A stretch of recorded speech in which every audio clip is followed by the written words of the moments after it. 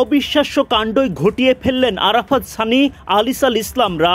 Bat হাতে বুক চিতিয়ে লড়াই করে চিটাগং কিংসকে ফাইনালে তুললেন তারা। শেষ ওভারের নাটকীয়তায় তীরে এসে তরি ডুবল খুলনা টাইগার্সের। মেগা ফাইনালে ফরচুন বরিশালের প্রতিপক্ষ চিটাগং কিংস।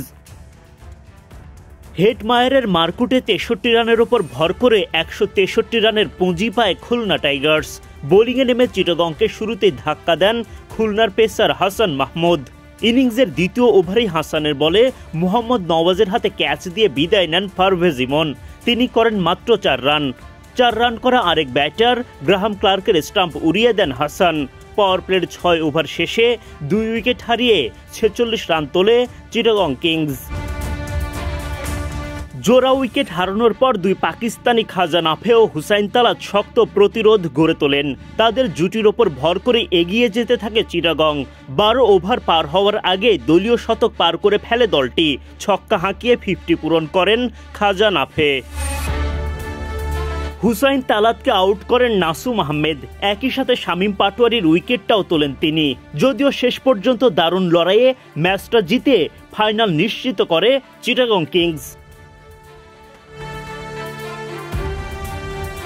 ফাইনালে ওঠার কঠিন লড়াইয়ে দ্বিতীয় কোয়ালিফায়ারে মুখোমুখি খুলনা টাইগার্স ও চিটাগং কিংস। টস জিতে আগে বোলিংয়ের সিদ্ধান্ত নেন চিটাগং অধিনায়ক মোহাম্মদ মিঠুন। অধিনায়কের সিদ্ধান্তের মান বাঁচিয়ে দারুণ বোলিং করতে থাকেন খালেদ আলিসরা। তাতে শুরুতেই চাপে পড়ে যায় মিরাজের খুলনা। খুলনার হয়ে ইনিংস শুরু করতে নামেন অধিনায়ক মেহেদী হাসান মিরাজ ও মোহাম্মদ নাইম শেখ। চিটাগংয়ের বোলারদের কিপ্টে বোলিংয়ে ভালো শুরু পাননি তারা। ইনিংসের 3 নম্বর ওভারে প্রথম আঘাতটা করেন বিনুরা ফার্নান্দো। বোল্ড করেন মিরাজকে। 6 বল খেলে মাত্র 2 রান করে উইকেট ছেড়ে বেরিয়ে যান খুলনার অধিনায়ক। এরপর উইকেটে আসেন অ্যালেক্স রস। তবে চাপের মুখে তিনি রানের খাতায় খুলতে পারেননি। আলিসাল ইসলামের ভেলকিতে তার হাতেই ক্যাচ দিয়ে বিদায় ঘটে রসের। 6 বল খেলা এই ওজি ব্যাটার ডাক মেরে বিদায় নেন।